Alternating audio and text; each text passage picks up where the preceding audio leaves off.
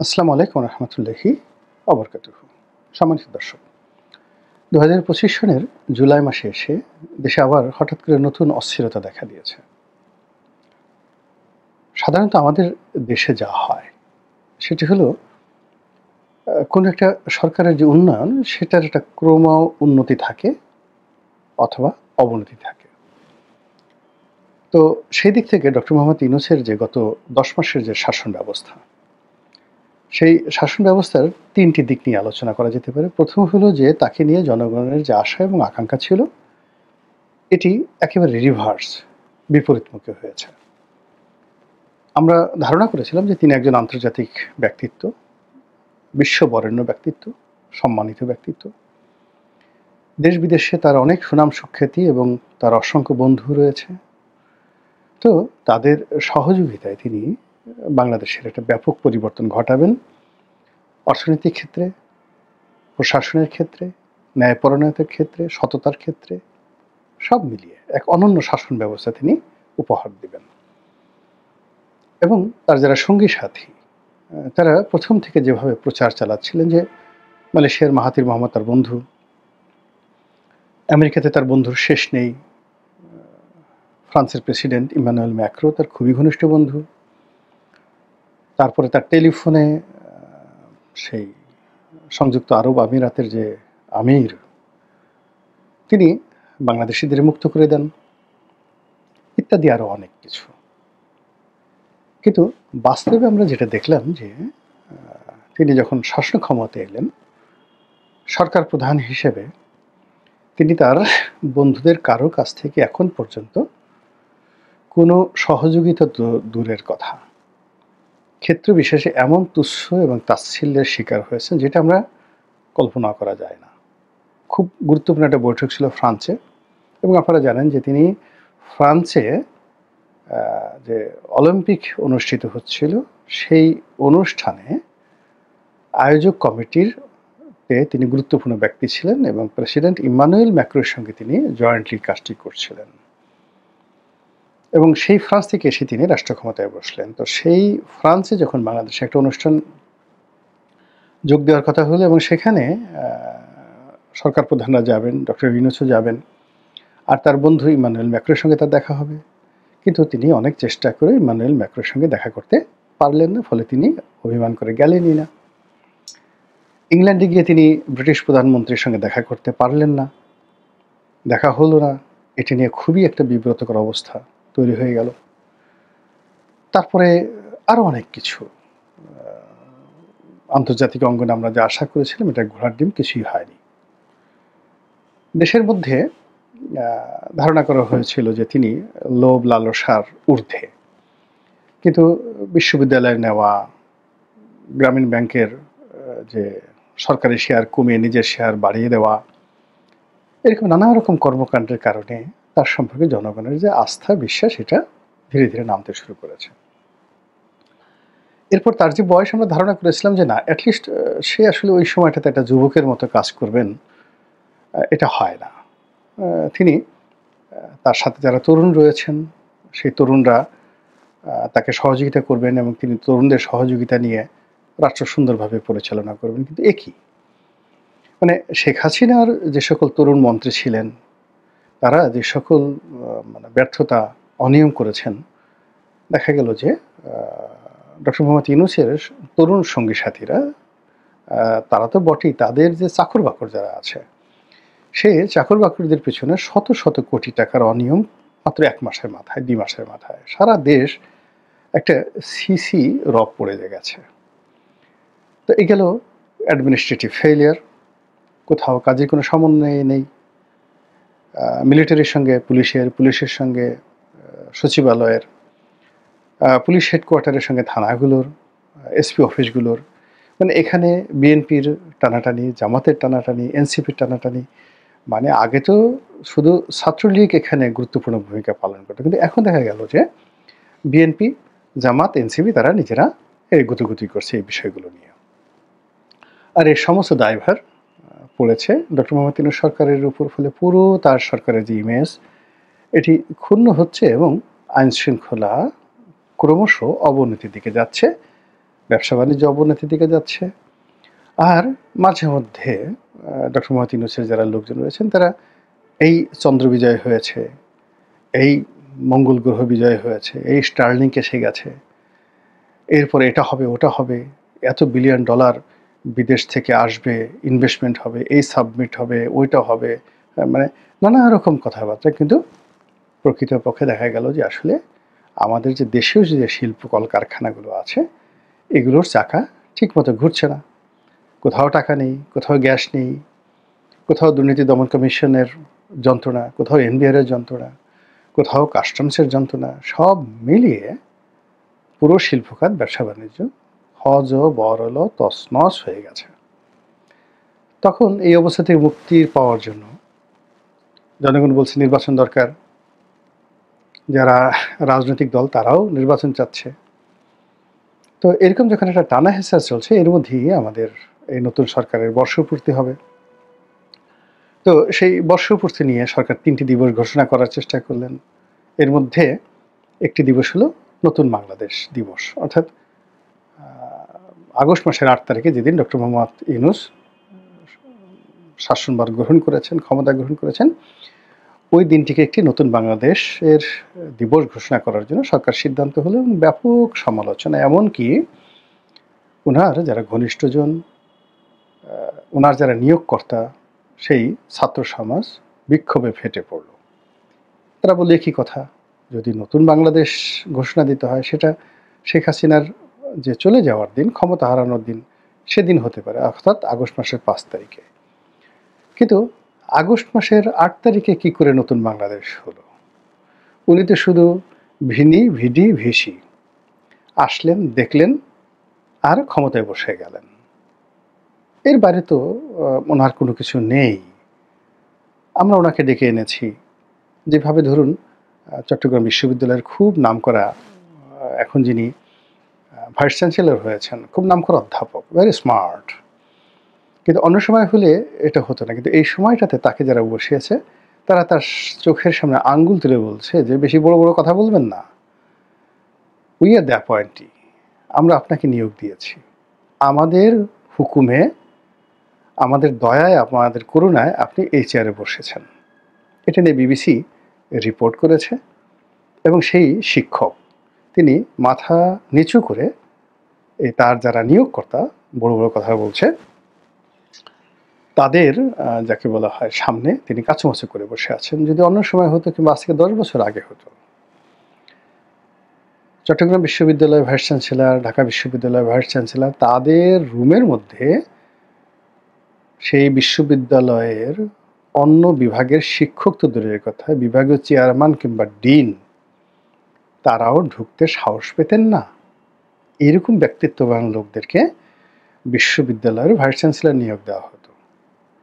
ঢাকা বিশ্ববিদ্যালয়ের অধ্যাপক একে আজাদ বা আজাদ চৌধুরী, তারপর প্রফেসর এমাজউদ্দিন আহমেদ, তার আগে ফজলুল হালিম চৌধুরী, মানে কিংবদন্তির সব শিক্ষক। তো এর মধ্যে মানে আমি যেটা ব্যক্তিগতভাবে দেখেছি সেটা হলো আমি তো লয়ের ছাত্র ছিলাম, তো আমাদের ডিপার্টমেন্টের যিনি চেয়ারম্যান ছিলেন মফিজুল ইসলাম পাটোয়ারি স্যার।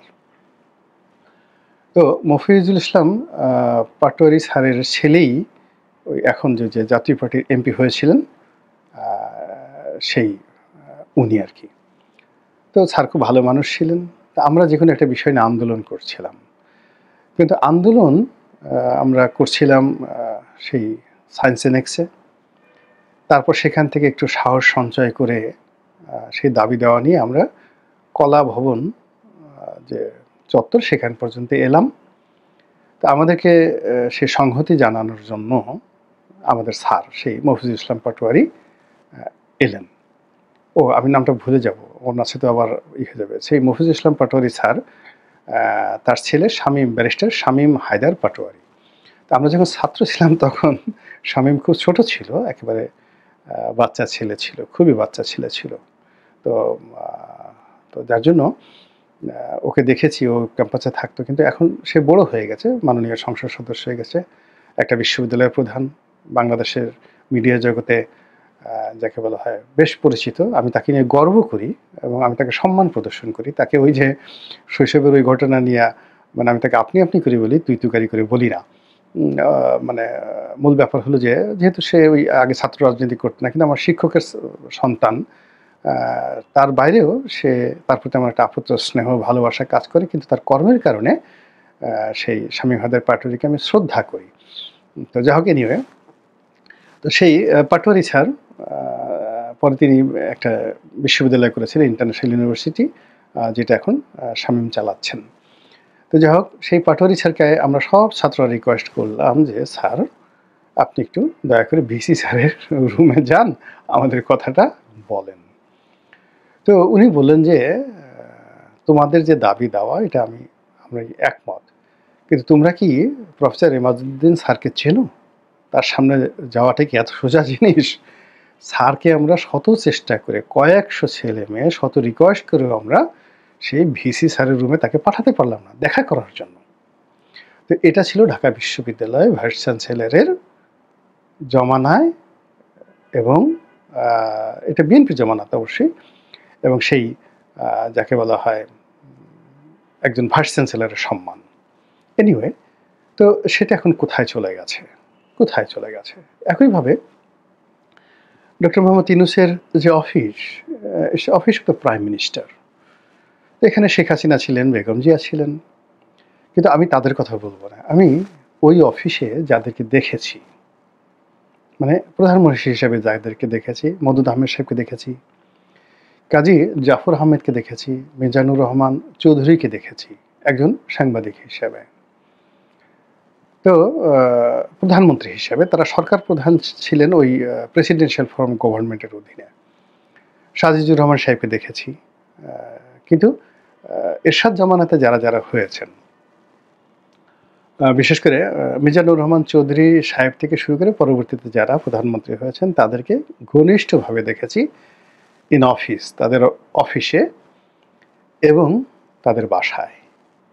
কি তাদের লেখাপড়া, মানে কি তাদের রাজনৈতিক প্রজ্ঞা। একজন মিজানুর রহমান চৌধুরী এই যে কত বড় কিংবদন্তি রাজনীতিবিদ, আমাদের দুর্ভাগ্য যে আমরা তাদেরকে নিয়ে গবেষণা করি না। আমাদের উচিত এই যে তাদের ভাষণগুলো, একজন কাজী জাফর আহমেদ কিংবা মওদুদ আহমেদ, মানে তারা যে কি পরিমাণ লার্নেড ছিলেন। আ উপপ্রধানমন্ত্রী হিসেবে সেখানে শাহ মোয়াজ্জেম সাহেব ছিলেন। শাহ মোয়াজ্জেম সাহেবের সঙ্গে যারা চলেছেন আপনি কল্পনাই করতে পারবেন না। কি তাদের মেধা। সেই অফিসে এখন ডক্টর মোহাম্মদ ইউনূস বসে আছেন। আর তিনি এখন সরকার প্রধান।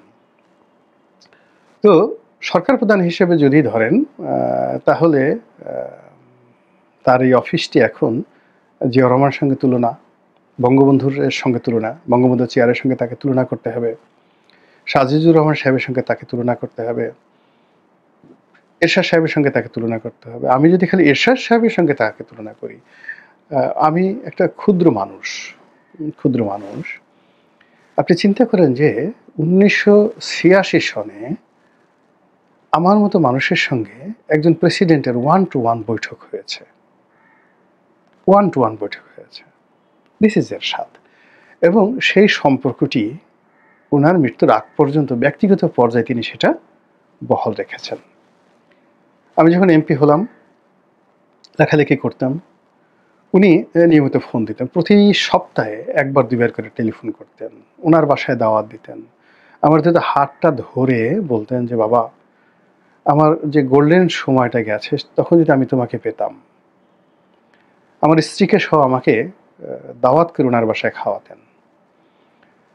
কোনো সামাজিক অনুষ্ঠানে যখন দেখা হতো, আমি সে এমপি না, ধরেন যখন এমপি ছিলাম তখন উনি আমাকে হাত ধরে নিয়ে উনার রুমে নিয়ে খাইয়ে দিতেন। স্নেহ কাকে বলে? আবার ২০১৫ সনের পরে ধরেন আমি তো সংসদ সদস্য না। কিন্তু যখন কোনো সামাজিক অনুষ্ঠানে, সভা সমিতি, সেমিনারে দেখা হতো, উনি যে চেয়ারে বসতেন, টেবিলে বসতেন, ধরেন পাশে কাজী ফিরোজ রশিদ বসেছেন, আনিসুল ইসলাম মাহমুদ সাহেব বসেছেন, তারপরে রুহুল আমিন হাওলাদার সাহেব বসেছেন, মুজিবুল হক চুন্নু সাহেব বসেছেন। তিনি একটা চেয়ার খালি করে তিনি ওই জিয়াউল যে উনার যারা গুরুত্বপূর্ণ নেতা আছেন তাদেরকে দিয়ে আমাকে ডেকে আনতেন। এনে উনার পাশে বসাতেন, জাস্ট পাশের চেয়ারটাতে বসাতেন। এখন বলেন তো, এই যে তার ভিতরে যে স্টেটসম্যানশিপ ছিল, এটা খালি আমার সাথে নয়, তিনি তার এই ব্যক্তিগত যে সম্পর্কটি মেধাভিত্তিক, তিনি পীর হাবিবকে যে সম্মান করতেন। তিনি মতিউর রহমান চৌধুরী, মানে যার বিরুদ্ধে তিনি হুলিয়া জারি করেছিলেন একটা লেখার জন্য, যে দুর্নীতিবাজদের উল্লাস নৃত্য, তো সেই মতিউর রহমান চৌধুরীর বাসায় এসে তিনি তার সঙ্গে বন্ধুত্ব করেছিলেন রাজনীতির প্রয়োজনে। এই ছিল যাকে বলা হয় হুসেইন মোহাম্মদ এরশাদের রাজনৈতিক প্রজ্ঞা। ঠিক সেই চেয়ারটিতে ডক্টর মোহাম্মদ ইউনূস বসে আছেন, কিন্তু উনি বসে যাওয়ার পরেই মানে এই যে ওনার যারা উত্তরসূরি ছিলেন, মানে উত্তরসূরি নয়, পূর্বসূরি যারা ছিলেন, তাদের যে ক্যারিকেচার, তাদের যে ক্যারিশমা, তাদের যে ব্যক্তিত্ব, সব জিনিসগুলো তিনি তো আরো সুন্দরভাবে অনুসরণ করবেন, বিকজ কিন্তু আন্তর্জাতিক মানের লোক, কিন্তু সেটা তিনি করেননি। তিনি বরং ওই যে তার প্রেস সচিব বলেছেন যে আসলে তিনি স্থানীয় পত্রপত্রিকার সাথে সাক্ষাৎকার দিতে কমফোর্ট ফিল করেন না, ফলে মতিউর রহমান চৌধুরী, নুরুল কবির, গোলাম মোল্লা রনি, প্রথম আলোর মতিউর রহমান, মাহফুজ আনাম, মানে এইগুলোকে তার কাছে মনে হয়েছে এগুলো চিংড়ি মাছের ভর্তার মতো। তার চেয়ে বরং তার কাছে যদি সিএনএনের যে কোনো একজন জুনিয়র সাংবাদিক আসেন, তিনি তাদেরকে মনে করতেন এরা ফেরেশতার মতো। এবং এগুলো করতে করতে তিনি যেখানে বসে যে কাজগুলো করছেন, সেই কাজের মধ্যে একটা বিরাট দূরত্ব তৈরি হয়ে গেছে। সেই দূরত্ব থেকে তার বন্ধন তৈরি হয়ে গেছে এবং তার ব্যর্থতা ক্রমশ বাড়ছে। তো এরই মধ্যে যখন জুলাই আগস্ট, নতুন 2025 সনের জুলাই আগস্টটা হলো, এখন এই জুলাই আগস্ট সেলিব্রেট করবে, তার সরকার করবে, সে করবে, তার দল এনসিপি করবে। তো সেক্ষেত্রে ব্যস্ততা বাড়বে, আনন্দ হবে, উৎসাহ হবে, উল্লাস হবে, আইন শৃঙ্খলা যেভাবে অবনতি হচ্ছে সেভাবে হবে, এটা স্বাভাবিক। কিন্তু অস্থিরতা কেন, নতুন আতঙ্ক কেন, এটাই হয়ে গেছে প্রবলেম। এবং সেই আতঙ্ক কি দেখেন, একটার পর একটা থানা আক্রমণ হচ্ছে এবং ক্রমাগত গণরেপ, গণধর্ষণ বেড়ে যাচ্ছে। এবং একটা ব্যাপার হলো, যখন ধর্ষণের সংখ্যা বেড়ে যায় তখন ওখানে ওই সমাজে, রাষ্ট্রে আল্লাহর গজব নাজিল হয়ে যায়। ধর্ষণ এমন একটা জিনিস। তো এখন হঠাৎ করে আপনি দেখেন যে ম্যাটিকুলাস ওয়েতে ধর্ষণ বেড়ে যাচ্ছে, ম্যাটিকুলাস ওয়েতে থানাগুলো আবার সেই আক্রমণ হচ্ছে, আবার যে মবটা প্রায় বন্ধ হয়ে যাচ্ছিল সেই মবগুলো আবার বন্ধ হয়ে যাচ্ছে। যেখানে মানে ওনার যমুনার সঙ্গে যাকে বলা হয় বঙ্গভবনের একটা দূরত্ব তৈরি হয়েছিল, কিন্তু এটা অশান্তির যে একটা আবহাওয়া ছিল, সেই অশান্তির আবহাওয়াটা কিন্তু দূর হয়ে গিয়েছিল। সেই আশঙ্কাটা আবার এই সময়টাতে এসে আবার নতুন করে দেখা দিয়েছে। এই গণভবনে এটা হবে, রাষ্ট্রপতির চুপ বাদ পড়বে, জুলাই আগস্ট মানে বিপ্লব হবে, আবার সেই জুলাই আগস্টের চার্টার ঘোষণা করা হবে, সব মিলিয়ে এ কোন নতুন অস্থিরতা। এটা কি নিয়তির নির্মম পরিহাস, দিল্লির চক্রান্ত, নাকি আমেরিকার যে ডিপ স্টেট পলিসি রয়েছে সেই ডিপ স্টেট পলিসির কাউন্টার রেভলিউশন, কাউন্টার অভ্যুত্থান, কাউন্টার চক্রান্ত? এর কারণ হলো যে আপনি যদি গেদুকে বা লেদুকে কোনো একটা কাজের জন্য নিয়োগ করেন, কিন্তু গেদু সেই কাজটি করতে পারছে না, তখন আপনি কি করবেন? ধলাকে ডেকে আনবেন। তো এরকম কোনো কিছু হচ্ছে কিনা আমরা জানি না।